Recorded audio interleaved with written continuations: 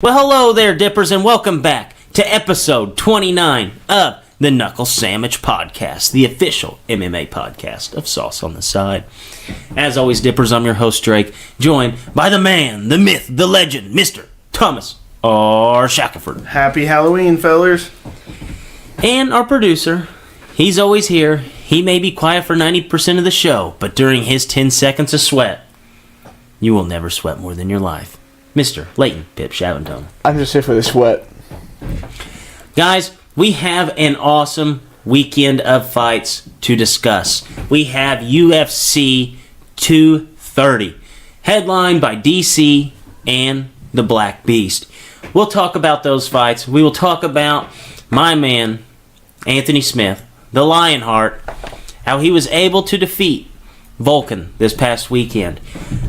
We have some fun things to talk about to open the show. We'll talk a little more Tito Chuck, try to build that up a little bit, and we'll talk about that interesting interview that they had this past weekend. So, Leighton C, producer, drop the noise.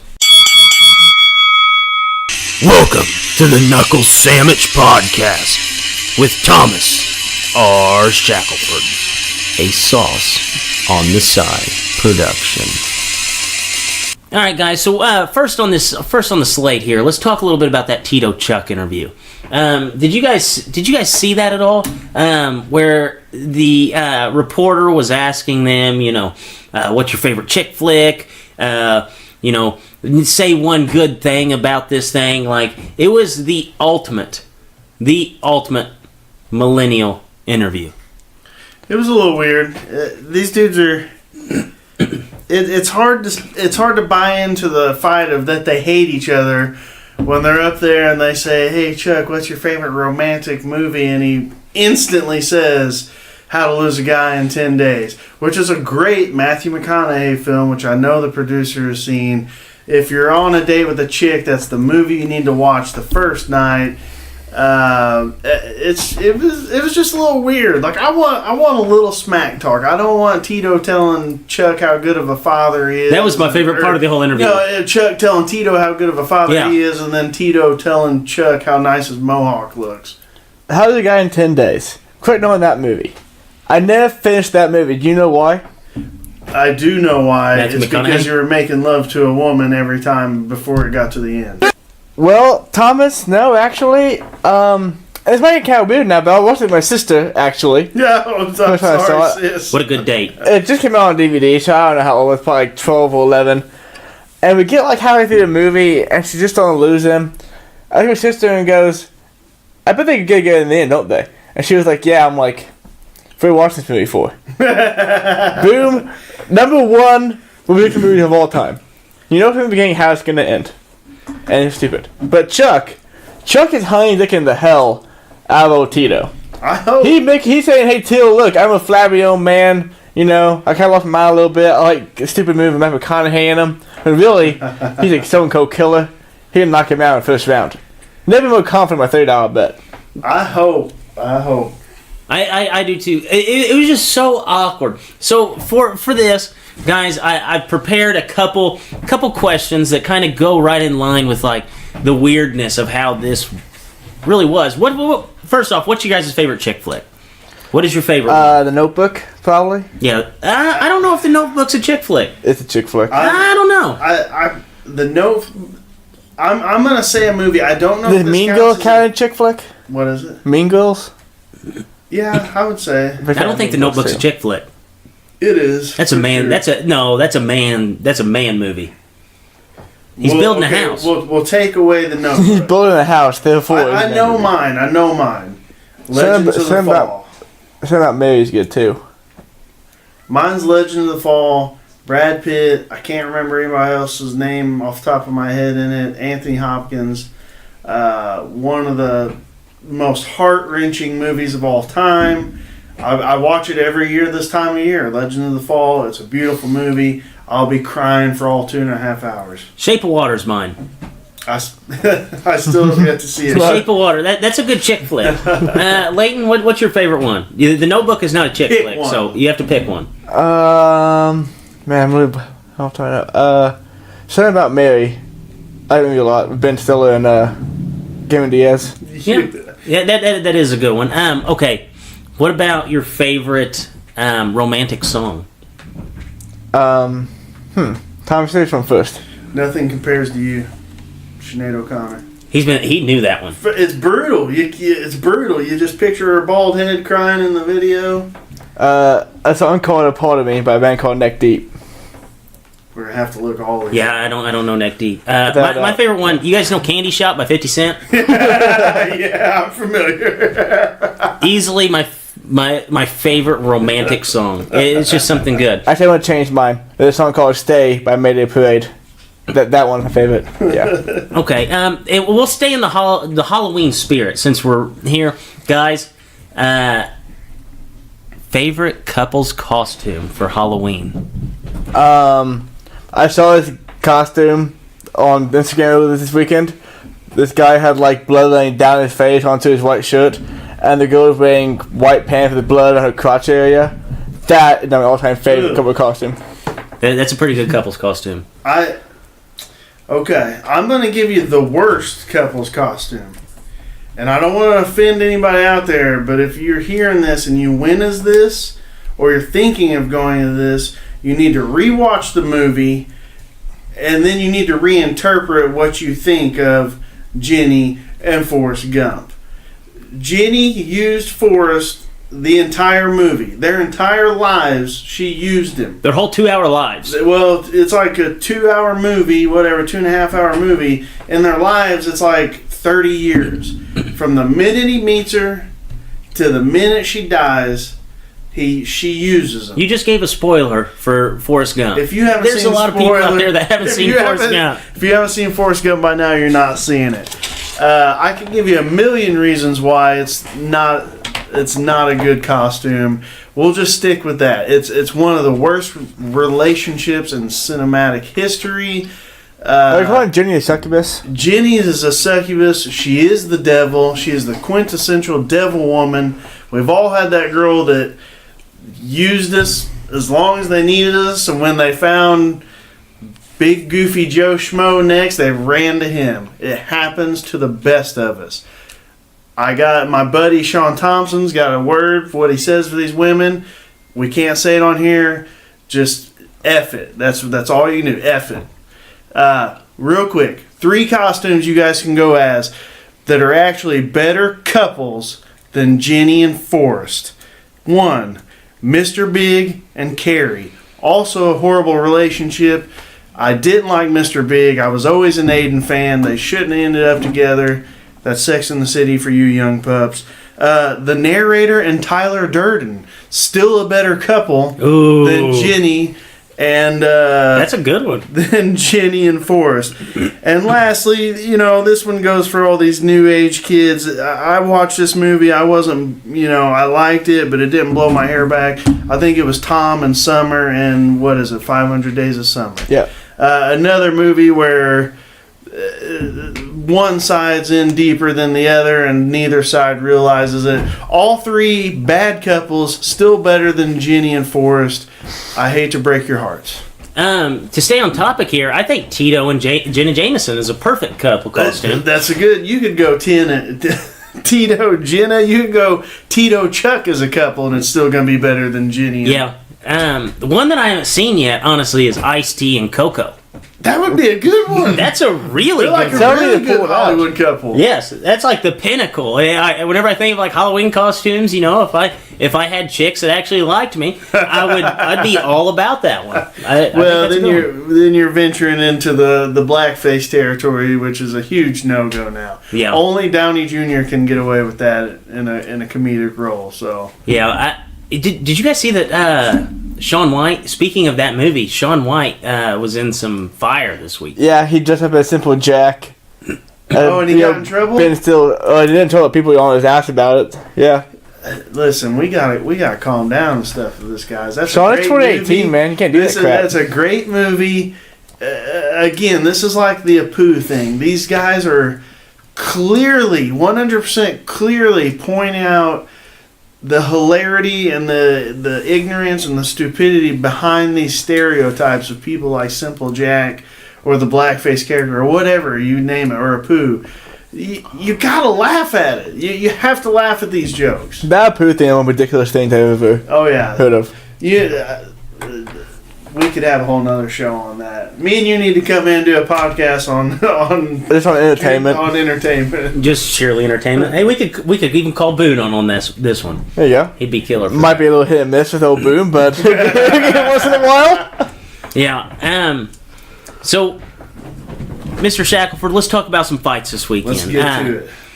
Guys, before we get to this, we will actually be releasing, instead of our cheat sheet, we will be posting a video. We're going to try to do this each week. It's a cash-in couch, okay? So basically, we're going to tell you how to cash in some bets on our couch. And that's all it is. So instead of just a cheat sheet that you can just look at, just watch the video. They'll be short, they'll be fun, and we'll try to keep some hilarity into them. So, last weekend, my man, Anthony Smith, picked up the win over Vulcan. You said that there was a route to victory, but did you realize he was such a smart fighter and would be able to win in the way that he did? No, I thought he actually kind of won it with smart wrestling. Because, I mean, Vulcan came out strong, hit him pretty well. And I noticed Vulcan had some really nice leg kicks. He really put some leg kicks on Smith. I think Anthony Smith might have been banged up a little bit. I wonder if he had an issue coming into the fight. Because his cardio, I mean, he was pretty dang tired. And they ended up having to basically carry him out. But basically, every time Vulcan came in heavy, he would weather the storm, use some nice clinch work. There was pretty much straight wrestling clinch work that first round and early the second round. And then he was able to turn that into some of his elbows and some of his good tie clinch that he uses. Really good win for him. I mean, it was it's a as good big as fight. a win as he Both could have. guys were beat up, that's for sure. That to me, that really shows that he is a top guy. Because look, Vulcan, I mean, he didn't look horrible against DC. DC was just better, just a little better. And DC's better than a lot of guys. So, yeah, to me, that really shows. I would love to see him versus the winner of that Gustafsson-John Jones fight. I think. Do you think that he's done enough on the resume to get that fight? I do, yeah. Yeah. I mean, in that division, there's just not. There's not many guys left in there. You got the Jan dude that had a pretty good win against Nikita Krylov a couple weeks ago. But again, he's dropped some fights and nobody really knows his name. So right now you got this big, muscular, bald, tattooed up, speaks well, has like 40 pro fights, and he's on a roll, and he just beat the number 2 ranked guy. I think it's the perfect time. Let him rest a little bit. Because, like you said, I think he may have came into this one a little banged up. Let him rest. Let him catch the winner of the Gustafsson-Jones fight. Yeah, I agree. I think that he's ready for it. I think that even if he came into this fight, without the impressive last 2 fights that he had, this win as a standalone win is enough to just go ahead and propel you up there. Because, I mean, Vulcan, really the only guy who's been able to crack the code is DC. Yeah. And DC has been dominant outside of the Jones fights for years. So I'm all in on the Anthony Smith train. I think that he's kind of what that division has needed. And I wouldn't be surprised if he was able to pick up a win over Jones. I think it would be a very competitive fight. I mean, as far as standing goes, I think he's a stronger puncher. I think he looks like he's better in the tie clinch. Now, of course, his wrestling clinch is Jones, just not many people beat him there. And then if he were to get on bottom, Jones pretty much just smashes everybody when he's on top. But if he could keep it standing, he'll be all right. The biggest problem I see was his cardio. But like I said, I think maybe I heard a rumbling somewhere that he had a foot injury going into this fight. So if his foot was injured, it's safe to say he wasn't doing a ton of road work. The cardio may not actually be an issue. It may have just happened this fight for whatever reason. Yeah. And, dude, Vulcan is so fun to watch because his punches don't look like they're as hard as what they are. But if you are standing in front of them, like, you're gonna go down. He's one of those goofy. He's not overly muscular. He's just a kind of a big goofy guy. He seems to have with that length some really strong levers. Like his arms just create some hooks and some levers. And man, dude can hit. If you look at the two of them and you think like which one's the corn-fed dude from like Midwest USA, like you would think that Vulcan was that dude. 10 out of 10, you're picking Vulcan. Yeah, and Omaha, Nebraska, stand up there. So we had a couple of fights that were pretty good on the outside of the headliner there. One that caught my eye. Michael Johnson was able to pick up a decision over Artem Lobov. Artem Lobov, to me, this fight was exactly what Artem Lobov is. Like, if you question why this guy's still in the UFC as a 500 fighter, all you have to do is watch this fight, and you've seen every single one of his fights. Yeah.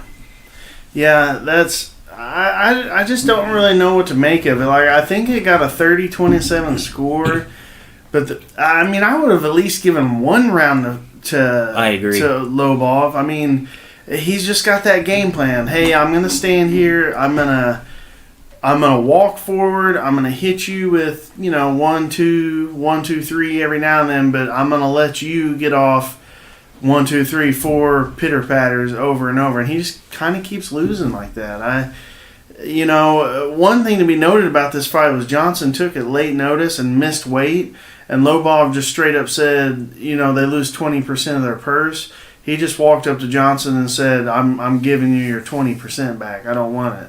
Like, he just said, what a guy. Thanks awesome. for, that's a stand-up dude. He said, thanks for taking the fight on such short notice. That means a lot to me. You're going to get your 20% back. And then he even told the UFC, like, don't save me the trouble. Just write the full check to him because I'm giving it right to him. So, I think we'll see Lobov again. I think he's fought 7 times in the UFC and he's won 2. So he's 2-5. But on that card, I think they were saying he got like the biggest ovation and like had the most cheers. Why the hell not? Just keep him in there. No, I agree. I think that's what the UFC like how I said that Anthony Smith was what that weight class needed. The UFC needs more guys like Artem Lobov. Like, hey, it doesn't matter. Like, we're here to fight. No matter what happens, we are here to fight. We're here to put on for the fans. The fans respect that. They love it. They want to see more Artem Lobov. Yeah. He's headlined fights, and he's a 500 fighter. It doesn't have to always be about getting towards the championship. We can have guys that are just fun fights. Yes. I mean, Michael Johnson, people are saying, he's essentially a 500 fighter too. Yeah. And people love him. Keep these guys around. They're always going to have interesting, good fights. Yeah, I agree, especially whenever some cards lay an egg, You throw 2 guys on there like Michael Johnson, Artem Lobov, you know that neither one of those guys are going to be heading towards the title soon, but it is great for our viewing pleasure. So UFC 230 this weekend. I don't know if there has been a card that I can remember that has had such bad luck. I mean, we have had guys pull out left and right. Whenever I looked back at this card this weekend, it looked so much different than what it originally was presented as. I really don't know if I've seen, because it seemed like every time that they would announce a fight, it would get pulled off, or one guy would pull out, then they'd throw another guy in there, and then one of those two would pull out, and then they would have to come up with a whole new fight.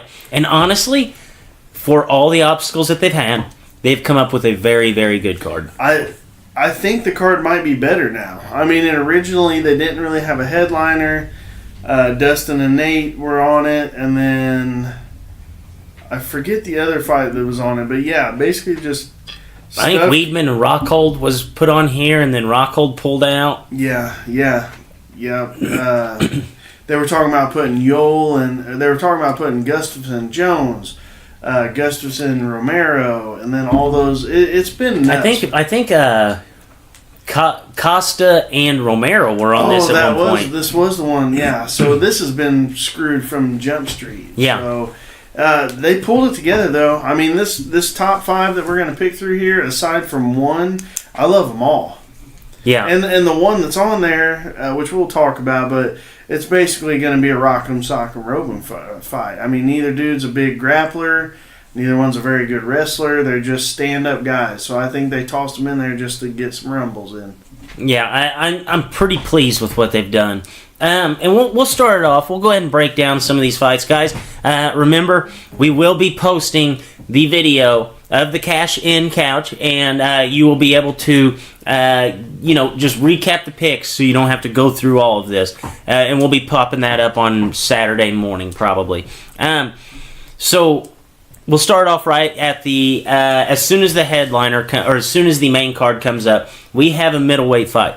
Very good fight. Number 6, Derek Brunson opens as a plus 275 underdog to number 9 ranked Israel Adesanya. Adesanya is a minus 335 favorite. Where are you leaning in this fight? I'm definitely Israel. I mean, he's a guy on fire right now. The thing about him is he was a super high level kickboxer, like Glory champion level kickboxer. And the thing that makes him so special is it's his movement. He's almost got a mix of, McGregor and Anderson Silva with the strong punches. He kind of reminds us of Bones Jones with his creativity too. So he's got the traditional kickboxing. He's got the movement like Anderson and Connor, and then he also isn't afraid to just make stuff up on the fly. His wrestling, when he came in, he had one fight where he got taken down a bunch, but he got right back up every single time. Brunson, who originally started as this big-time wrestler who then became a striker, he's really just become a striker. Like, all his fights, he just runs out there trying to throw bombs. There's a lot of bad blood in this one. Israel Adesanya on social media is just a terror, man. He's super smart, clever. He's the best dude with Photoshop you've ever seen. I see Brunson coming out there trying to take his head off, and just the movement of Adesanya, the style bender, is going to be too much. And I think he cleans Brunson's clock pretty quick.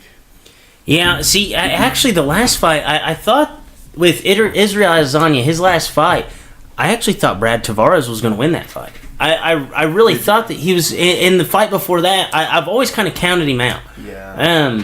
But he's unbelievably slick. Like, obviously, if your nickname's a style bender. Do you think that this is going to be a closer fight than what most people think, especially with the odds? I don't. I really think he's going to. I think Brunson is a style that Adesanya's seen a million times. He walks straight forward. He throws huge overhands.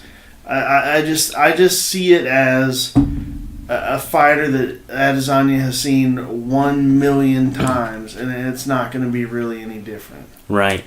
So we'll go ahead and head to the next fight. We have Carl Roberson, a minus 280 favorite, over Jack Marshman, a plus 240 dog. What do you see in this fight, and who are you choosing? I looked both these guys up. Neither one of them are going to blow the doors off. It's a little weird. This fight is sandwiched in here. The only thing I'm thinking is that Roberson was on the Contender Series, and he got a really, really quick knockout on there. And he's, tall, kind of lanky guy. Some really powerful strikes. The other dude's kind of a little bit stockier, powerful guy. Both guys are stand-up guys. I'm going Carl. I'm going Robertson on this one, but really it's kind of a pick-em. I mean, you could argue either way. There's just not enough tape on Robertson to really give a gigantic breakdown on either guy. To be honest, go Robertson. I think he's kind of the guy that's going to be up and coming. Yeah, so we'll go ahead and head to David Branch, minus 370 favorite. David Branch is actually a guy that you'd picked recently and was able to pick up the win. Branch has been just as impressive as anybody as of late. Fights Jared Cannonier. plus 310 dog. I was pretty surprised whenever I looked at these odds that they were so staggered like this. Yeah. You told me before we started this you like David Branch. He is the favorite, but do you think that it's going to be as easy of a fight as what the odds suggest? No. I think this is going to be a very tough fight. So Branch has been campaigning for the Jacare fight. He finally got it, and then as soon as Rockhold got pulled out, they brought Jacare up to face Weidman. Now, Branch, he was like a 205 and 185-pound champ in other organizations. He's had a weird go in the UFC. He's like 21-4, but I think all 4 of his losses have been in the UFC, and he's only had about 6 UFC fights. So his UFC record is not indicative of how good he is. Now, he's a Brazilian Jiu-Jitsu black belt, I believe under Matt Serra, definitely under the Renzo Gracie flag out there in New York. Really solid boxer, good punches. Cannonier, though, that dude fought up at heavyweight. He is a huge puncher, very big for the weight class. The thing I see happening in this is Branch taking him down over and over, because Cannonier does get taken down a lot, but he has some solid defense. So I see Branch taking him down over and over, eventually picking up a submission. Yeah, I think that's going to be one of the more fun chess matches to watch, because I feel like this card basically has a ton of those chess match fights, and I think this is definitely right at the top of that. So middleweight fight, we have, this one's kind of a treat, something that came out of left field. We have number 3 ranked Chris Weidman is a minus 190 favorite to number 5 Jacare Souza, who is a plus 165 dog. Who do you like in this fight? I think this is going to be an excellent fight. Who do you like, though? I do think this is going to be a great fight. I also think it's going to be a very close fight. Whichever guy makes a mistake is going to be the loser. It's not going to be one guy walking down another guy. I believe Jacare is going to get it done. Now, the things that make me think that, there are some technical things. Weidman, his best takedown that he's used in MMA is actually like a high single with his head on the outside, and he either kind of run the pipe, rips him down, or if they bounce on the opposite leg, he'll switch it back up and almost rip it up like a double leg. That outside, that high head outside single, just it's your neck is on a platter for a guillotine, and he's facing one of probably the best jiu-jitsu fighter of all time in MMA. I don't think he'll be able to use that weapon very much. Also, Jacare is a very, very hard puncher, much harder puncher than Weidman. He's got one punch KO power, so I don't see Weidman being able to just walk him down, drag him down. What makes me think it is close is both of their grappling is very good. Jacare, I think, is going to try and keep it standing, land some bombs, and then get a takedown and finish on top. Whereas Weidman's going to be doing that exact same thing. He just doesn't have as much power in his hands. The only discrepancy we have here really is Weidman's bottom game. We've only really seen it, I believe, in the Rockhold fight, and Rockhold absolutely demolished him when he got on top. So it's safe to say if Jacare does get on top, that he will also demolish him. And the final thing that makes me think Jacare is going to win is Weidman hasn't fought in over a year. He's had injuries, have kept him out for over a year. And then in his fights previous to that, I think he's been either TKO'd or knocked down in his previous 5 fights. I tried looking him up. He had 3 losses and then a win against Gastelum, but he also got knocked down in the Gastelum one. So his previous 4 fights, he's been knocked down. He's gotten a little chinny, and he's been off for a year. So I think the safe bet is Jacare. I still think it's going to be a great fight, though. Yeah, I do think that it's going to be a great fight, and to kind of hint at the power that Jacare has, and a lot of people don't look at him as like a power guy. I mean, he was able to knock out Derek Brunson, yep. And the fight that kind of sticks out to me to why Chris Weidman, I don't know if I'm going to buy back into it. You remember the Gegard-Mousasi fight? Yes. It almost seemed like he was just looking... Yeah. I hate to say a guy was looking for a way out. It didn't look like he wanted to be It didn't look like he wanted to be there. And that's why I kind of back you up on that Jacare fight. I actually forgot. So that was 5 fights, right? Yeah. Or is that one of his losses? It was one of his losses. Okay, it was because he lost to Rockhold, TKO, Romero, KO, and then the TKO to Gegard-Mousasi, which was it was weird. Yeah. It was weird. He's such a good fighter, and he never got hit a ton before, so it's not one of those things like, oh hey, his chin juice is all gone. But I mean, when you look at that list of guys, that's murderer's row, right? Oh, there. Absolutely. So anybody can get KO'd by Romero. Anybody can get TKO'd by any of those guys. So he's fought murderer's row. Those are probably some of the best names in the history of the 85-pound division, to be honest. Yeah. So maybe I am just kind of taking his history against him a little too much, but that year layoff that doesn't sit right with me. No, I agree. So guys, we are at the headlining fight. We are at DC versus Derek Lewis. This is a fight everybody wants to see. This is a fight that will be very, very interesting. I talked about this being a card of chess matches. This is it. This is one of the main chess matches that we have to look forward to this weekend. Before Shackelford gets his crack at it, guys, each week that we have a set of fights, we put Leighton C on the clock for his 10 seconds of sweat. Leighton C watches fights as if they are cockfights. He watches them as if he just watches the weigh in. He watches two guys walk out there, and he makes his choice. This is one of the rarities, though, where Leighton has gotten to watch both of these guys fight numerous times, for sure. So Leighton C, Daniel Cormier, Derek Lewis, who do you have winning? Well, I haven't watched DC fight. I would think. Maybe since he fought Anderson Silva. So you watched him with this when he fought Stipe, didn't you? I might have. I think you did. I think you did. Okay, with the last fight, I might have been a little under the weather for that fight. But the fight I remember was Anderson Silva. I remember Anderson Silva just dying the hell out of him, and if DC didn't weigh a colossus ton, Silva probably won that fight. So going off of that, it happened 2 or 3 years ago now? Yeah. It's been a minute since Silva fought in the ring. Derek Lewis last week, well, not last week, but last month, last 2 months from now. He said he needs some more cardio because there's no way to be able to fight anybody that shape. Has little shreddy balls going on. Hopefully he did his cardio and can come protect the takedown. Because my biggest fear in this fight is that DC will just take him down and just out-wrestle him, and that would be the most boring thing to watch. There's two big, sweaty men rolling on the ground. Almost want to see that would be Thomas.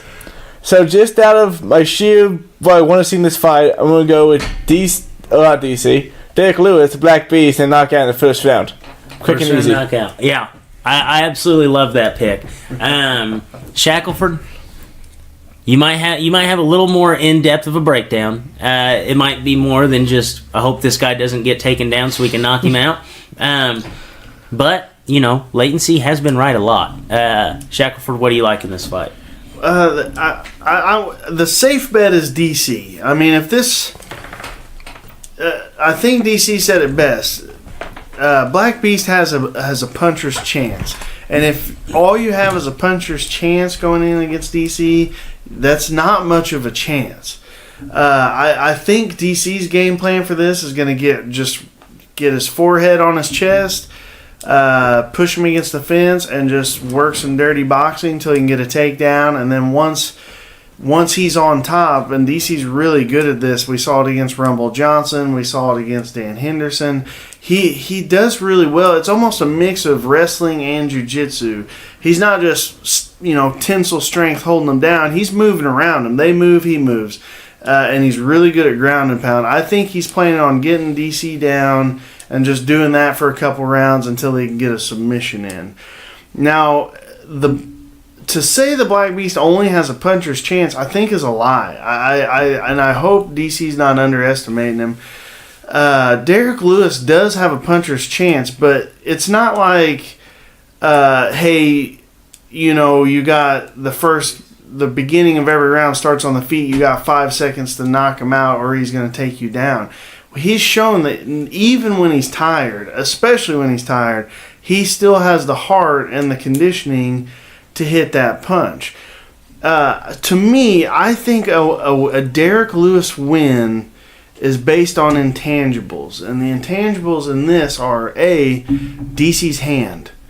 I'm the 2 days before this fight was announced, he said on, I think it was the Luke Thomas show, he said his hand was still broken. He said it was broken just above where they'd put in a plate in last time, and they were going to have to let it sit out. And then a couple days later, they said the fight was on, and he also said he couldn't wrestle. He wasn't training at all. He couldn't wrestle. He couldn't hit mitts. He couldn't do anything.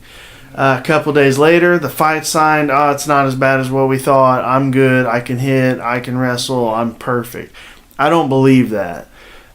2, Derek Lewis is he's large, but if you've never wrestled or grappled before, you may not realize this.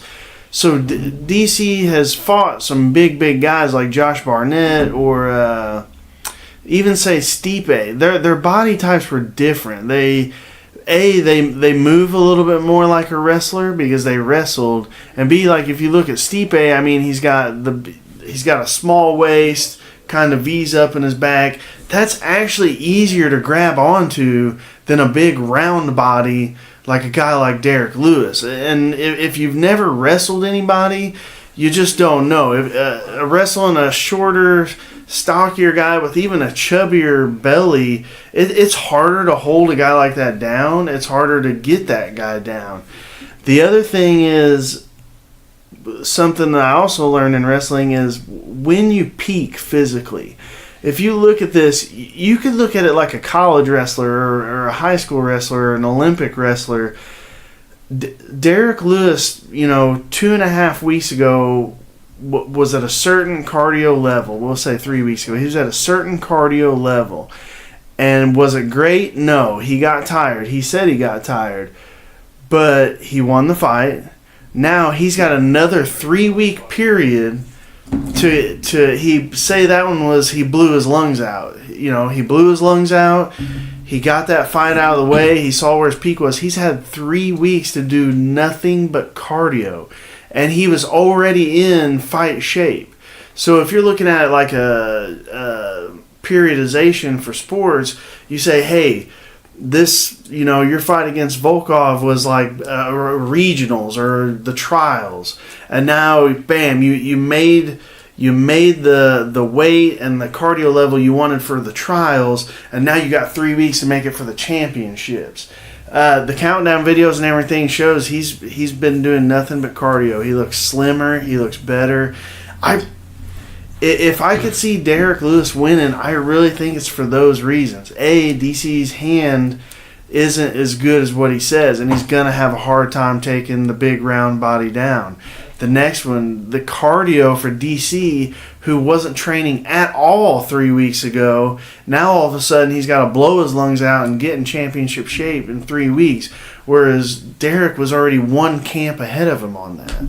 So if you got some money to burn, I do not think Black Beast is a bad bet. I actually think it's a really, really good bet. I think it's a great bet. But if I'm just telling you guys what's the safe bet, it's going to be DC. But if you got a little extra money or you want to hedge your bet, put 10 on DC and put 20 on Derek Lewis. Yeah, I'm big on betting on Derek Lewis in this fight because DC's minus 700. Derek Lewis is plus 500. I mean, you don't find odds like that with a guy that you can actually draw a route to victory on. I mean, you don't.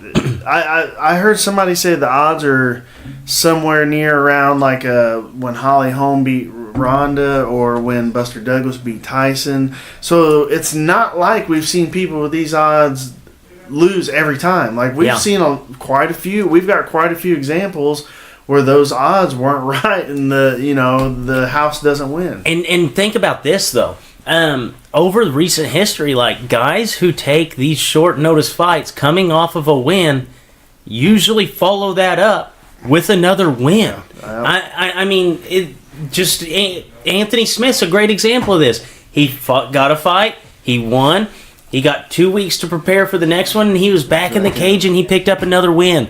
I just feel like it's a rarity in mixed martial arts where a guy is coming off a win and he has as much time to train as the other guy, and he's coming off that quick notice and he loses. I think that's a rarity. I mean, when's the last time that's really happened? Yeah, I can't really think of one.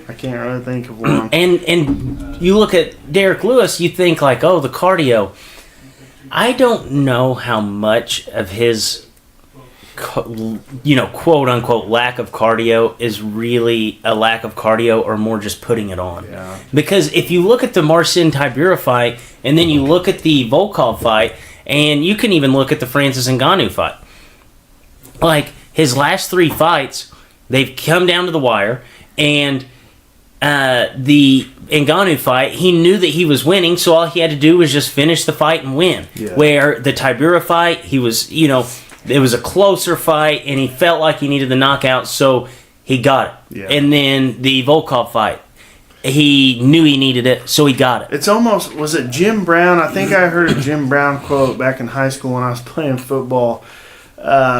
Jim Brown was known as this monster on the field. Like, he was way ahead of his time. But he always, he'd run the ball and they'd tackle him and he'd walk back to the huddle. And from the first snap of the game to the last snap of the game. And they said, why do you do that? Like, why aren't you hustling back to the huddle? And he said, well, if I do it the first snap, they won't ever know when I get tired. At the end of the game, I'm tired. I can't hustle back. But they don't know that because I've walked back to the huddle the whole game. I think that's a great way to think of Derek Lewis. That's perfect, he never, honestly. And the other thing about him is his performance doesn't really seem to dip dramatically when he's in those stages. The heavyweight that I think of most notably, and this dude could have been a world champ, I think, had he worked on this, is Roy Nelson. I mean, when you watch Roy Nelson, I can only think of one fight where I thought he was in good shape, and he lost that fight. The rest of them, it's if he doesn't knock him out in that first round, he's essentially a punching bag. Even if he does catch a knockout in the next rounds, he's a punching bag because he can't keep his hands up. He's breathing in gallon drums of air. The only fight I can ever remember him being in insane shape or he didn't get tired from bell to bell at all was actually against DC. And you remember that was DC's last fight at heavyweight before he went to 205. And there was a lot of talks of him just jumping right into 205. So it was almost like Roy Nelson felt disrespected, like, hey, I could make 205. So his weight was as small as it had been. And really, he scrapped hard that whole time. But all his other fights are just what I said. The first 5 minutes is him throwing bombs. The next 10, 15, whatever they are, he's breathing in giant gallons of air, and he just can't keep that level up. Whereas the Black Beast, from beginning to end, it never really changes. He's always fighting, Yeah. I'm going to give you guys a little nugget here. I think the absolute best parlay of your sports weekend, and I feel like we're going to see it come like Saturday night, Sunday morning, LSU football and Derek Lewis. I think that parlay right there, I can run the numbers on it real quick. I can pop it out for you, tell you what it's going to pay out. But I give both of those puncher chances. Obviously, I'm going to take Derek Lewis just like straight up because I do think that, and if I had to just pick this winner, I would really pick Derek Lewis as the winner. I really would, just because there's so much that is going for Derek Lewis at this time. And the one reason I've ever picked against Derek Lewis was because of the back injury. And we just saw him 3 weeks ago. As long as nothing has changed since then, he's healthy. He's a healthy fighter who is a legitimate heavyweight fighting Daniel Cormier, and he's going to have the size. He's going to have just the raw strength. And whenever you give a guy like that puncher's chance, I think he will capitalize. It should be a fun fight. Yeah, I don't see it as being like the producer says, two sweaty guys rolling around. They will be sweaty guys rolling around, but I think it's going to be a fun one. I think a lot of people will be hugely disappointed if Cormier goes out there and just takes him down over and over. And I don't think Cormier will do that. I think he did it in the Anderson Silva fight. And that was, I think that's just going to be kind of the outlier of him trying to do that, because he really doesn't do that. No, and he took that fight on like 20 hours notice, so that one doesn't even really count. He just made it through that one, basically. Yeah. So is there anything else in the MMA world or martial arts world that you would want to talk about? Pretty slow week. I'm getting a little more pumped for the Tyson Fury and Deontay Wilder boxing match. Man, Fury, he was on the Rogan podcast. He was on some other shows. That dude, he actually gets me excited to watch heavyweight boxing again. I'm glad to see him back. That one's December 1st. I'm pumped for that one. Of course, LC's pumped for Tito Chuck. I don't think there's I think there's one weekend from here till New Year's Eve where there's not a UFC fight. So wow. Be ready for some calls. Yes, I agree. I'm very, very excited for this, because this is kind of like that hotbed that we get of just fight after fight after fight after fight. But I ran the numbers on it. If you take LSU money line and Derek Lewis, a $10 bet wins $262. That's nice. That's not a bad payday. No, sir. And on that note, for Drake, for Mr. Shackelford, and Leighton C. and his 10 seconds of sweat, Dippers, as always, stay saucy.